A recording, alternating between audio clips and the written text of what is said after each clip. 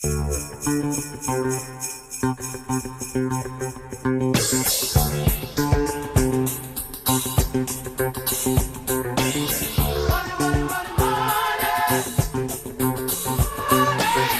I decided to open up the store, my wife was fully supportive, but my kids were very concerned. And at what point they asked my wife, what the heck is Dad doing opening up a bike shop? He doesn't know anything about bikes. When my daughter called me up one day and said, my friend's dad bought one of your bikes and he thinks it's really cool.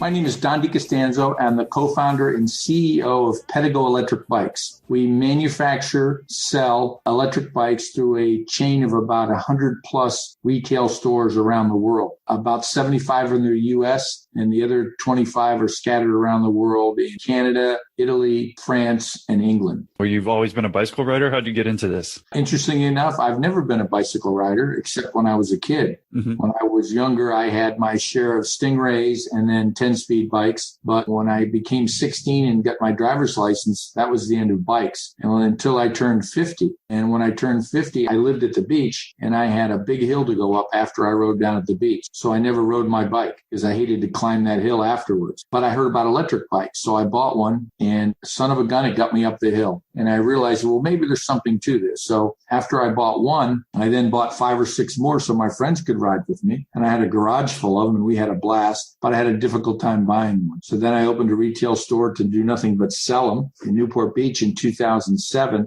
And I became the largest electric bike store in the country in a matter of 12 months. Not because I was so good, but because everybody else was so bad. What age did you open the bike shop? I was 50. And how old are you today? 60. Okay. What'd you do the first 50 years in between? Well, I was primarily involved in various phases or various forms of the automotive business. My family had a chain of car dealerships. I worked there. And most of my career, though, I spent with an automotive chemical company called WINS, WYNNS. And WINS was a 65-year-old automotive chemical company that I started with pretty much out of school in an entry-level sales job. And over the period of 23, 24 years, I worked my way up to become the president. I had that job for 3 years, but then the company was acquired by a larger company. WINS was an entrepreneurial company. The company that acquired us was not, and so it didn't last very long. Then I launched myself into becoming an entrepreneur. I guess there's 23 or so years that you're a WIN Oil company. Can you tell us about that and what you learned about becoming an entrepreneur? Sure. Well, first of all, it was founded by an entrepreneur, a guy named Carl Wynn, who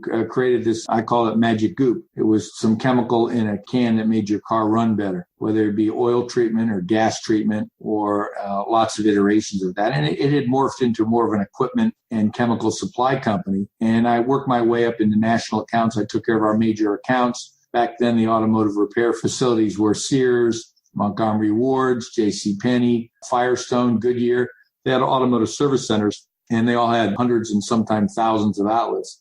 And I became the national account representative for the company to them. Was successful. They made me a division director, general manager of an air conditioning company in Texas. I moved there and I came back to California and took over another division as a vice president. And then ultimately I became president of the company with about $200 million in sales, about 400 employees worldwide. What I learned most about it, though, is their distribution method. WINS had a unique model where no matter where in the world you went to buy WINS products, you would buy it from a WINS distributor. And these were people that signed up to carry only the WINS product. They carried them in warehouses and they distributed them, and they had WINS vans, and they drove around in the early days to gas stations and garages, in later days to car dealerships offering their services. And we'd have annual meetings. We would have regional meetings on a quarterly basis, and everybody ate, drank, and slept the WINS product. I built the Pedego business on the same model where we have exclusive dealers that eat, drink, and sleep the Pedego product. So from there, basically, you ended up retiring for a few years, and then you got into the bikes by accident? No, actually, I didn't retire. I, along with a partner, we've bought a company like WINS that was near bankruptcy, small company, and we grew it over a 5-year period. It was called ZAK, Z-A-K. And essentially, it did the same thing that WINS did, provided products and equipment for automotive repair. And in 2008, I sold my share of that to start Pedego. Could you tell us about buying Zach products? Like, how did you stumble upon being able to acquire this? And can you tell us what you learned from that? Sure. Well, first of all, I took the experience that I'd had 20 years of being in the winds to figure out exactly what we should do and how we should do it. And I recognized that we needed a brand and we needed some kind of brand recognition. I was sort of so spoiled by winds. No matter where I went in the world, people had heard of winds. It'd been around for 60 years. People were aware of the brand and it had great brand recognition worldwide. When I acquired Zach, just the opposite was true. Nobody ever heard of it. So in going into various automotive repair facilities, they're like, Zach, who the heck is Zach? So along the way, I recognized that the brand was critical to our having any degree of success. So shortly after that, I co-founded a publication called Fixed Ops Magazine, which went to all the franchise car dealerships. They were the target market, and we discovered that they didn't have a trade magazine or a conference. So we founded Fixed Ops Magazine as a publishing company with no knowledge, no experience of the publishing company. But my partner did buy Publishing for Dummies, and that qualified us to be a publisher. So we still own that today. It's 12 years old. It's the defining publication for the automotive service business. But at the same time, it allowed Zach to get some recognition because obviously, since we own the magazine, we got a lot of free ads and free publicity and free editorial about the company, and it put Zach on the map. That's when I got another lesson in branding. And the first time I got a lesson in branding, it was in Winds, and I didn't realize what a good lesson it is. But if you're the brand, it's a huge advantage over people who don't have brand. And then when we did Zach, it was the same thing. And I discovered exactly how to develop a brand, what pieces I needed to do, what publicity we needed to do. And there, we were still in the print age. Today, we're in the digital age. But back then, having print articles about us and our products and our services and guest editorials in ways that the dealers could make more money became very powerful in allowing us to get some brand recognition for the company Zach. And so when I sold that company in 2008 in designing Pedego, I took the experience of having a company with a great reputation for a long period of time, building a reputation, and then taking that and deciding that Pedego would be the best established brand. Fortunately for us, nobody is chasing us. In this industry, the traditional bicycle companies are trying to rely on their past reputation. And, you know, the largest bicycle company in the U.S. doesn't have a whole lot of brand recognition with people outside the cycling world. And that actually played very well for us because they didn't have any reputation among the people who are buying electric bikes. So by taking Pedego and kind of following the same footsteps, we designed our publishing company created another magazine called Bicycle Dealer Magazine. And for 3 years, we went out and published that magazine and featured Pedegos on the cover at various times and had editorials in there about us. And of course, we were an advertiser in it. And it allowed us to establish Pedego as the leading brand of electric bikes in the U.S. As we're transitioning from Zach to Pedego, you were 50-50 partners at Zach? No, at Zach, I started it as a 70-30 partner, and I started Pedego the same way. You sold all your ownership interest in Zach? I did. Could you tell us about that? Was that an easy transition? I mean, I don't know if you had the same partner you're talking about from before and what that conversation was like. No, well, it was different. It was a different partner. So in the Zach scenario, there was a step in between that I left out. I sold out to our largest customer. So once Zach was established, we'd established our relationship with a large dealership chain, and they liked the business model and they liked what it did. And they approached us about acquiring the company. So they acquired the majority share of the company about 2 years after we acquired it. And then I became a 16.5% partner, and my other partner became an 8.5% partner. So collectively, we had 25% of the company, and they had 75% company. And that was a great run because it worked out best. We ran our own company. We were entrepreneurial. We had ownership stake. And at the end of the day, we didn't have to worry about any capital. They had unlimited amount of capital for us to be able to build the company. From there, you ended up selling all your percentage and then going into Pedego? Yes. In 2008, they'd made a decision. They wanted all their companies collapsing down into Dallas, Fort Worth to live in the Dallas area. And I was unwilling to do that. So we worked out a buyout where they purchased my shares, and I used that money to start Pedego. When you're doing this, was it just it was happenstance when you were going up the hill? Or I don't know if it just conveniently happened around the same time or had to go in the back of your mind while you're at the other company? Well, yeah, things kind of happen that way. So the company, Zach, was based in Dallas and I lived in California. So I would go back there once a month for about a week, and my office was in Dallas, but I commuted back and forth. But the other 3 weeks I worked out of my home office or had some time on my hands, and I got involved in some nonprofit nonprofit charities and did some work in that regard. And during that time, I found that the best way to get around was on one of these electric bikes. So living at the beach and being able to have an electric bike to ride around and go to lunch or to go to meetings was very worthwhile. And I enjoyed the bikes immensely. And at the same time, I decided there might be an opportunity. And as a hobby, I opened up a bike store in 2007 in Newport Beach, do nothing but sell electric bikes. And that's when I became the largest electric bike store in the country. And it was only after reading an article about the electric bike business about a guy in New York who claimed to be the largest electric bike dealer in the country. But his biggest market, he said, was in California. And I thought, well, that's a little bit backwards. Why would a guy in New York in a retail store be successful in California? And it was because there was a niche here that the demand was in California, but he was based in New York. And that inspired me to open up a store. And I was a little bit crazy when I did it because my rent was $6,700 a month. I rented a 3,500 square foot facility to sell electric bikes, electric cars, electric scooters, electric skateboards, and electric golf carts. And during that 12-month period, I call it the R&D phase, I was doing that part-time while I was involved with Zach, and I learned a tremendous amount. When the opportunity came to A, start with an electric bike company, and B, to sell out my company that I'd lacked passion for, I decided that this was a no-brainer and that I should sell that company and use that money to start Pedego, which is exactly what I did. So at the same time, did you realize you didn't want to be in electric scooters or electric anything else, only electric bikes? Yeah, well, exactly. So most of what we ended up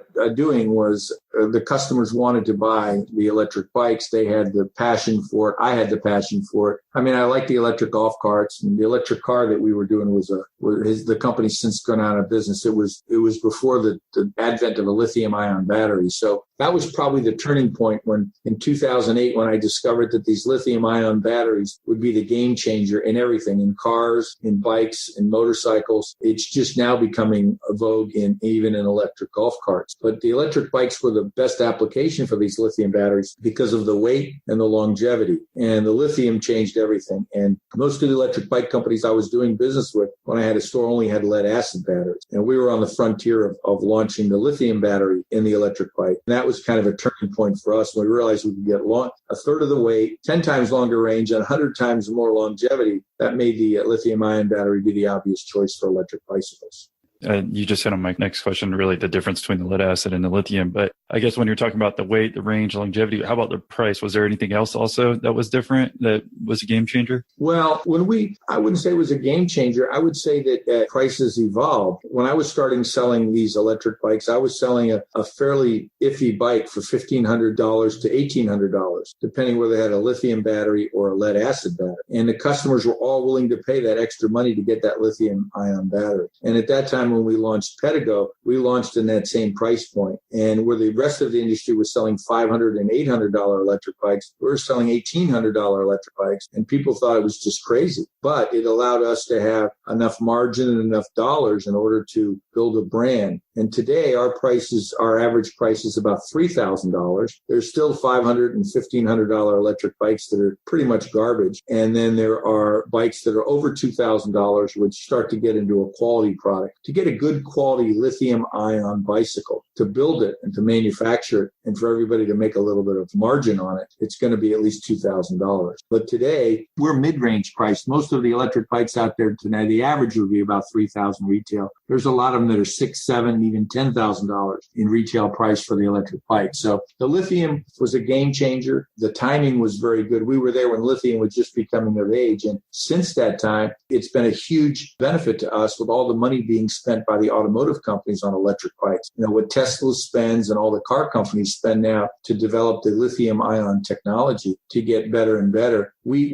get the benefit of that. We certainly couldn't afford the billions of dollars of money that's gone into technology improving the batteries. But today, the Tesla car has 7,000 of the same similar cells that we use in our bike. We use Panasonic cells. They use Panasonic cells. The chemistry in the battery may be different, but the idea is almost identical. And just envision a bunch of big, oversized AA batteries all strapped together into packs that are what power it. And in our case, we may have 60 to 75 of these cells on our bikes, where the Tesla would have 7,000 of these cells lining the bottom of their cars. Why don't we go back to the beginning of Pedego? I mean, did anyone think you were crazy about opening an electric bike? Did you have a wife and kids? And what was your personal life like when you were opening that? Well, yeah, exactly. That's exactly what happened. When I decided to open up the store, it was one thing. It was a hobby. It was something, that I wanted to do. When I sold my interest in Zach and decided to start Pedego, my wife was fully supportive, totally got it, but my kids were very concerned. And at what point they asked my wife, does Dad know what he's doing? This is out of his experience. What the heck is Dad doing opening up a bike shop? He doesn't know anything about bikes. And my wife responded, she goes, trust me, he knows exactly what he's doing. And that story's been recounted multiple times over the last 10 years as we built Pedego.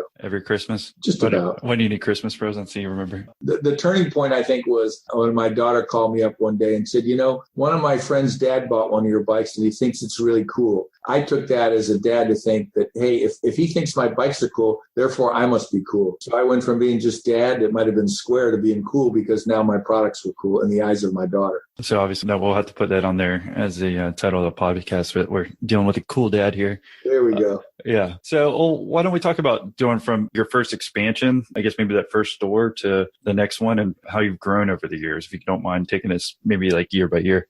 No, not at all. Well, first of all, I'd say we struggled quite a bit in the beginning. Our biggest challenge since we started the business was the retail distribution model. And we were very frustrated and discouraged by what we were finding in the field. We designed some really cool looking bikes. We decided that we would target the baby boomer rather than the cyclist, or approached bicycle shops. They not only shunned us, but they had a contemptuous attitude toward us and toward electric bikes. And they were very judgmental and very critical about not only the company itself, but even more important, the whole idea of electric bikes. One of the dealers said to me one day, why would you take a perfectly good bicycle and ruin it by putting a motor on? And so that created quite a challenge for us. We kicked and clawed our way into scooter shops.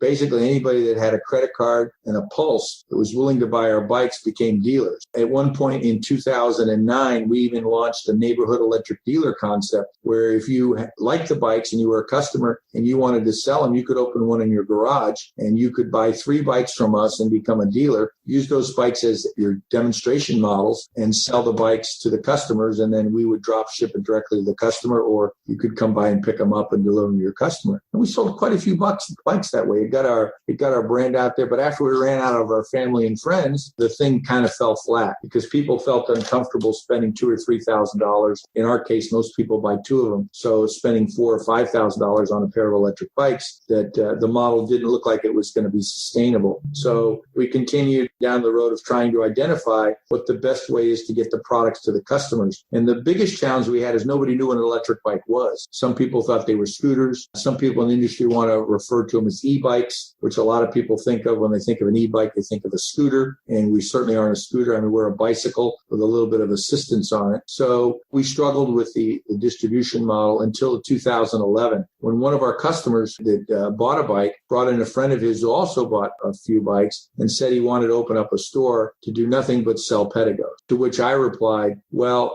I don't think that will work. I think you need to rent them too. And his response was, well, of course we're going to rent them. That's how we're going to get people to try them. And that was probably the turning point. When we opened the first store in 2011 in Huntington Beach, California, we opened up a store 2 blocks from the beach on a side street, but a fairly well-traveled side street, right off a block off the main street. And we rented and sold Pedegos there. That store's been a success since day one. In fact, just 3 months after he opened it, he wanted to open a second location, at which point we grabbed him and said, look, let's open up 100 of these and you help us. And that's exactly what we did. So he still owns the store in Huntington Beach, but he also works for us and is out helping each dealer, not only in getting into the process of opening them one, but also supporting them down the road as they need help. Today, he's on his way to our Portland store there to give some help and guidance to our dealer there.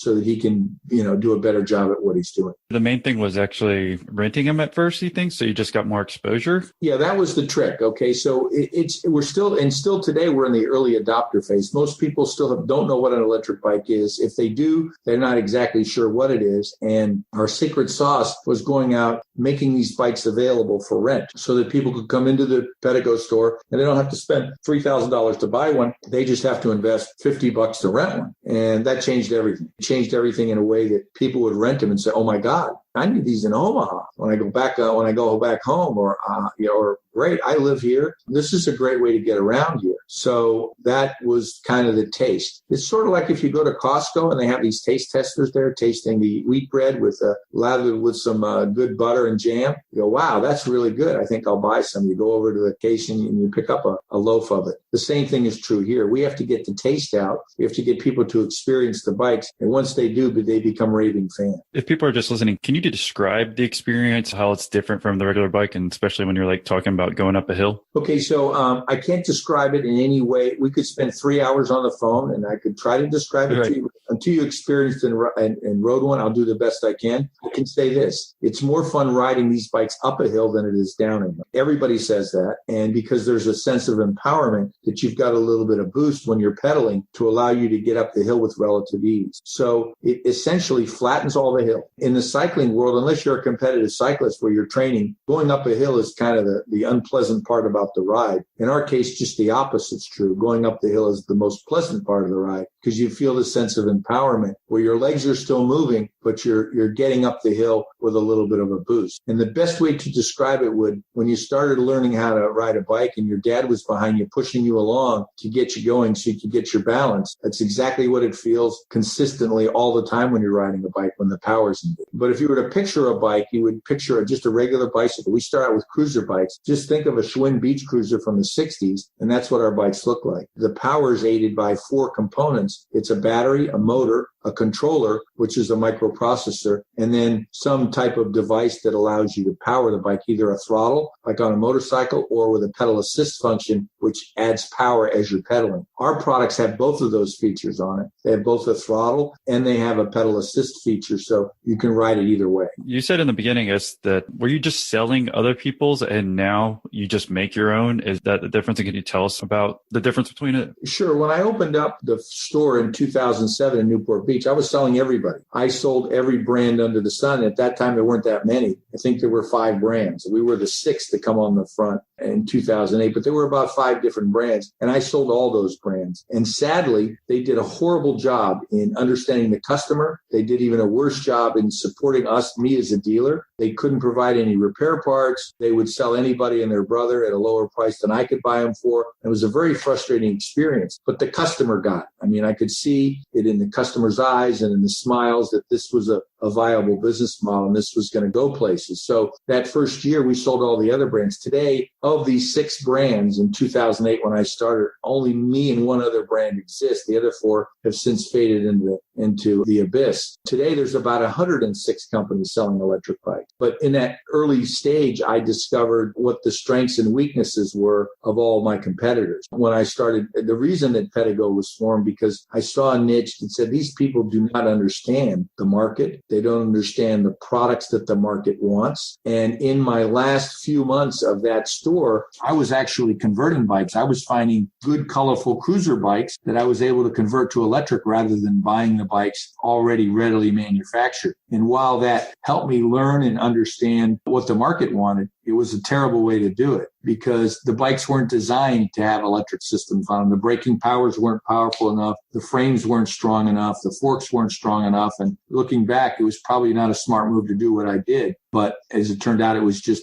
a stepping stone necessary for us to learn and understand how we wanted to design the bikes. The biggest thing that I learned in having that shop was that most of the bikes had a rack that was strapped on the back with a couple of screws that would hold the battery. And the battery at that time weighed 30 pounds. They now weigh 6, but they were heavy. So the number one thing I wanted to design into the bike was that battery integrated onto a rack that was put on the bike when the frame was manufactured. So it was solid and rigid. So there's no add-on piece to the bike. The bike is, in fact, the battery is designed to be on the bike when it's built. So the battery then slides into or onto that rack, and it makes for a very firm, solid bike without rattles or squeaks or the thing falling off. So that was really a huge product development lesson to learn, kind of the hard way, if you will. But from the get-go, we built our bikes with that battery integrated on the back of the bike as part of a rack. Since then, we've been integrated now in the frame as well. Well, could you tell us about that experience? Because it seems like a different level of understanding to go ahead and develop your own bike as far as like finding manufacturers, et cetera, versus selling those other ones and finding out what was good in them and what wasn't. So, well, the first thing is we didn't approach it from a bicycle standpoint. We approached it from a what does the customer want standpoint. The most important thing that we knew the customers wanted, they wanted to be comfortable. They wanted a comfortable seat. They wanted comfortable hand grips. And most importantly, they wanted to sit upright. The cycling industry is really focused on performance and speed and getting the optimum range you can on the amount of energy you have. So therefore, they tend to want to put you in a crouched down position. And that position has you looking at the ground. Just envision sitting on a bike that's got handlebars that they call drop down handlebars. You're down there leaning down, and the whole time you're riding the bike, you're sitting down there looking at the ground, and you've got to crane your neck up in order to see what's in front of you or to enjoy the scenery. On the electric bike, we built it with the exact opposite thing in mind. We designed them so that the customer's sitting upright. They've got a big cushy seat to sit on. They've got nice soft padded hand grips, and their legs are out in front of them. And that gives you a whole different ride experience. It's the difference between bending over all day long, hunched over like a hunchback, or sitting in your easy chair. And our demographic, our baby boomer customers, because they haven't ridden the bikes in a long time, they obviously prefer the upright position. The reason to have the down position is, of course, to cut down wind resistancy, so it's easier to pedal the bike. Well, in our case, we don't need to worry about that because we've got a motor and a battery that are going to help overcome the wind. So that became a non-event. And that was a critical design idea that I had when we started designing the bikes. The process, we went to a car design guy who had an interest in bikes, and he said he could help us. So he designs automobiles. In fact,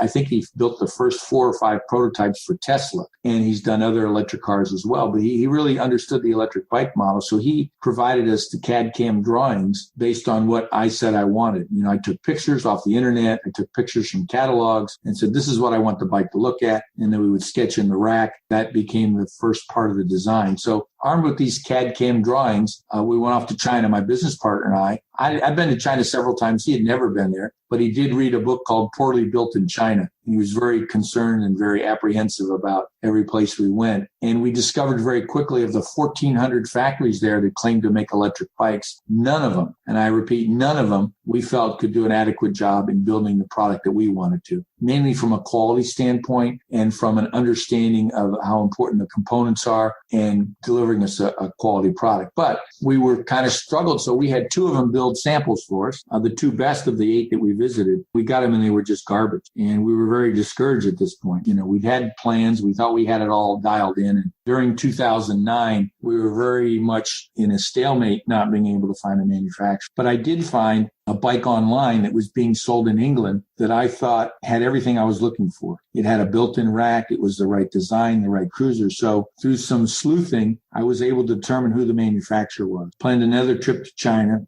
got to know the guy. Turned out he was educated here in the U.S., spoke English perfectly, and we decided he was the guy that we wanted to partner with. And we've been with him since we started in 2009, manufacturing bikes. He got it. He was able to deliver us the quality we want. He was able to grow with us. We've made him a wealthy guy in China. He's been been a great partner for us. Found that manufacturer. How much time are we talking about between you getting those CAD drawings and pricing, and how much did it cost to try to do all these edits to the bike and try to find the right manufacturer? Well, first of all, we were reasonably well capitalized at that time because I had and doubled down, basically taking all the money I'd made from selling Zach and plowed it into this company. The way I set up a business like is whoever puts up the money gets the dominant share. So I was the money guy and the operator. So that's why I had 70%.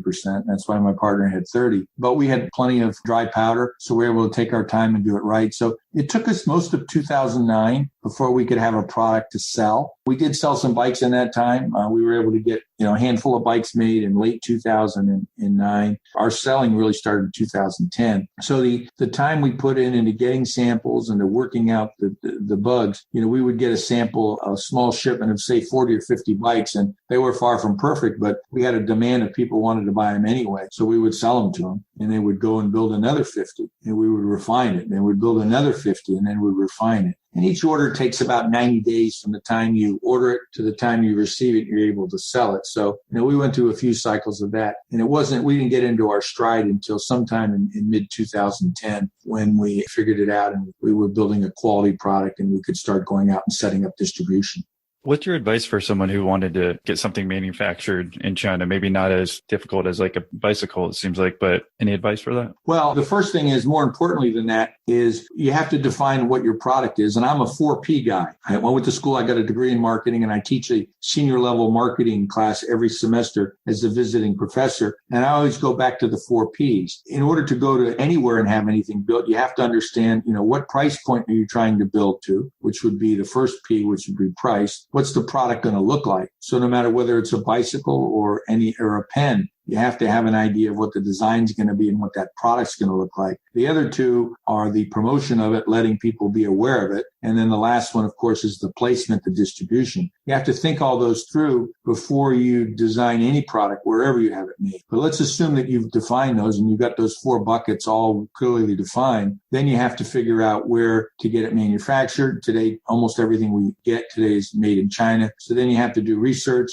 industry research to identify who the manufacturers could be. And then you have to visit them and see if you've got a rapport with them. Most importantly, that you can communicate with them, because if they can't speak English and you can't speak Mandarin, then you're kind of at an impasse. And so we identified people who spoke English that we could deal with, and then we had them build samples. And that's probably the most important phase of all this, is to identify 1, 2, 3, 4 potential suppliers and have them build you as a sample or a few samples of what their end product would be like. And once you do that, then you can then identify, okay, it may not be perfect, but we can work with them. And that's exactly what we did. Well, what's been the hardest part of doing this whole thing? Well, there's a lot of hard things. There's challenges in all 4 of those Ps. The hardest part was defining and getting this retail distribution model figured out. If we hadn't figured that out back in 2011, it would be a shadow of our former selves, because the rest of the industry was trying to rely on the bicycle stores to sell it. And just to give you an overview, 10 years ago, there were about 20,000 bicycle stores in this country. Today, there's about 3,500. And those are rooftops that are selling bikes. So the industry has become very consolidated. Of those 3,500 shops, many of them will never sell electric bikes. For example, if it's a road bike shop and they're catering to road bikers, they don't want to bring in electric bikes because they're fearful that it might alienate their customers. If they're a mountain bike shop, same thing is true. In fact, there's several mountain bike companies that say, we will never build electric. The biggest ones don't want to build any electric bikes because they feel that same that they might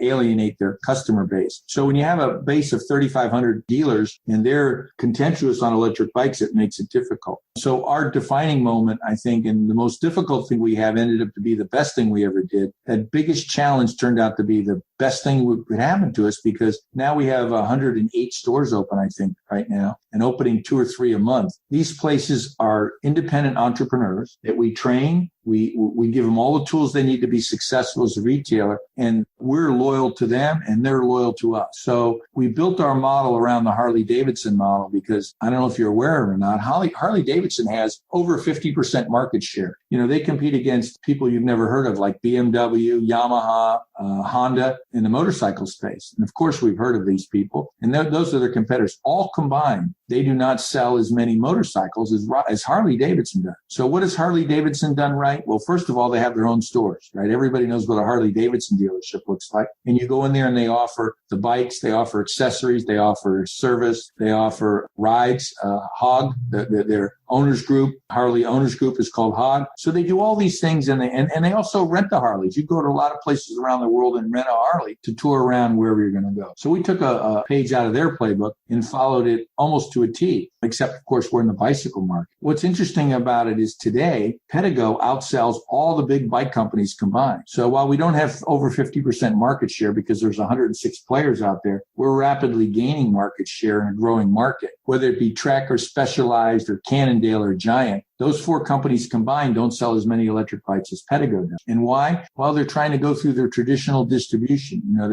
They've got legacy situation with bike shops who are contemptuous against electric bikes. So they can't radically change that. So they're having a difficult time competing. And on top of that, they're building the wrong product for the market. They're building bicycles. They're taking the regular bicycles and they're strapping motors to them. For example, they're putting a motor and they're using the two screws that are designed to hold a water bottle and they're strapping a battery to it. And they don't have any appeal. The only people that might be buying them are cyclists. And guess who doesn't buy an electric bike? A cyclist. So our approach has been, because of this challenge, it's allowed us to build a moat around our business that keeps the competition out. So as I said earlier, when I started, there were 6 companies making electric bikes. Now there's 106, probably more. They're having the same challenge as we did. They don't have any defined distribution that's proven that works. The bike shops continue to fail selling electric bikes. Even if the owner thinks it's a good idea and he sees that we need to carry these, they end up in the back of the store. They end up not being charged. They don't allow people to test ride, and God forbid let anybody rent one. How can we do that? Then it would be a used bike. So they're running into all the challenges that we did, that we figured out back in 2011 were a challenge, and we solved them. And to this day, here we are now 6 years later, none of them have figured out what we figured out. And I don't mind sharing it, because even if they hear this and they figure it out,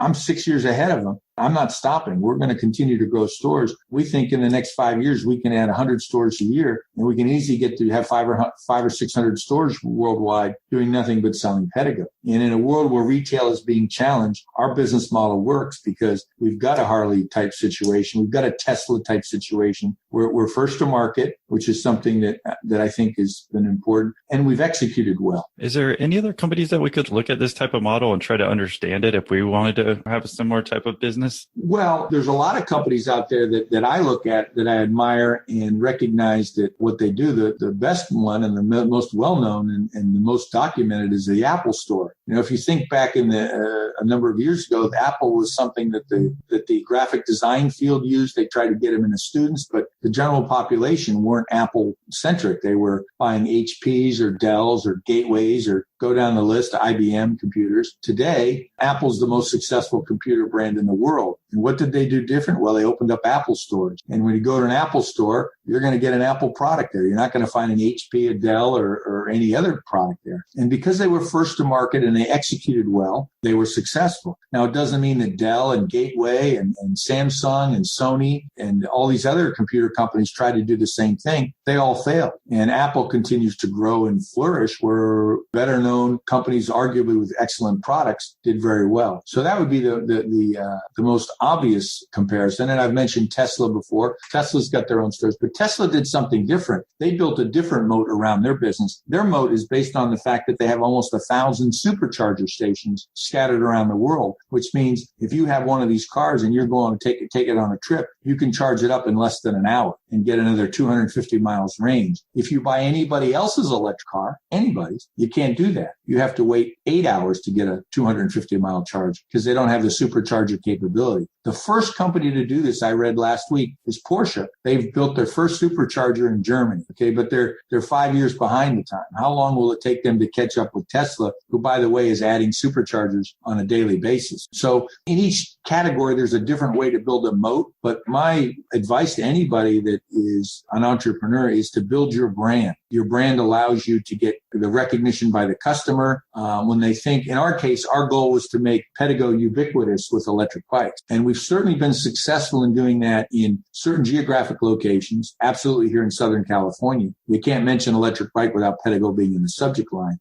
And we're still expanding that all over the world. Nobody else has been able to do that. I don't even think that the bicycle industry has a ubiquitous brand, one that has it. So find a market where there isn't one and create one. We appreciate you coming on and share your story. Do you have any last words of wisdom or wish you'd had known when you were younger, and especially those young entrepreneurs who are starting to build their own business, and what would be your advice to them? Well, it's very simple. The success that we've had at Pedego has been driven by passion. And I don't believe you can be successful in business today without having a an undying passion for what it is you're doing. So in my case, I love these electric bikes. I love the fact that I put smiles on people's faces, that we're able to put people in business and be successful and find some satisfaction in owning a Pedego store. We're also able to share the happiness and joy that we get by people buying our products, because everybody who gets one and goes out riding again, they always have a big smile on their face when they talk about it. And that's evidenced by all the reviews we get on the internet and the Pedego e-bike owners group Facebook page. Every day people are posting pictures about where they rode their bike, how much fun they have, and how it's changed their lives. So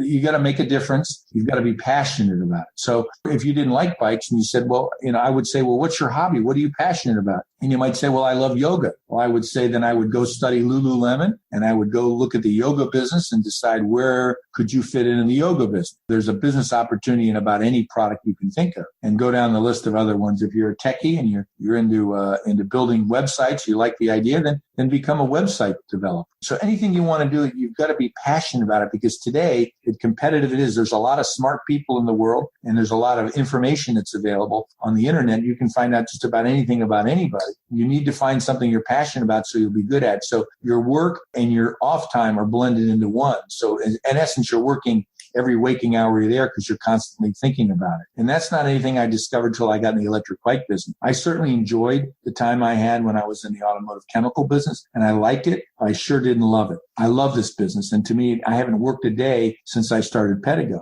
Sure, it's been hard. Sure, there's difficult times, but you have that in your personal life. It's been one big social experience for me. We appreciate you coming on and sharing your story. If someone wanted to say thank you, what's the best way for them to do that? Well, to send an email to me at don@pedego.com. And Pedego is spelled P-E-D, like pedal, P-E-D-E. The E means energy or electricity, your own energy or energy from the bike, and then you go. So it's pedego.com. So don@pedego.com. Thank you again for coming on and sharing your story. My pleasure. Thank you.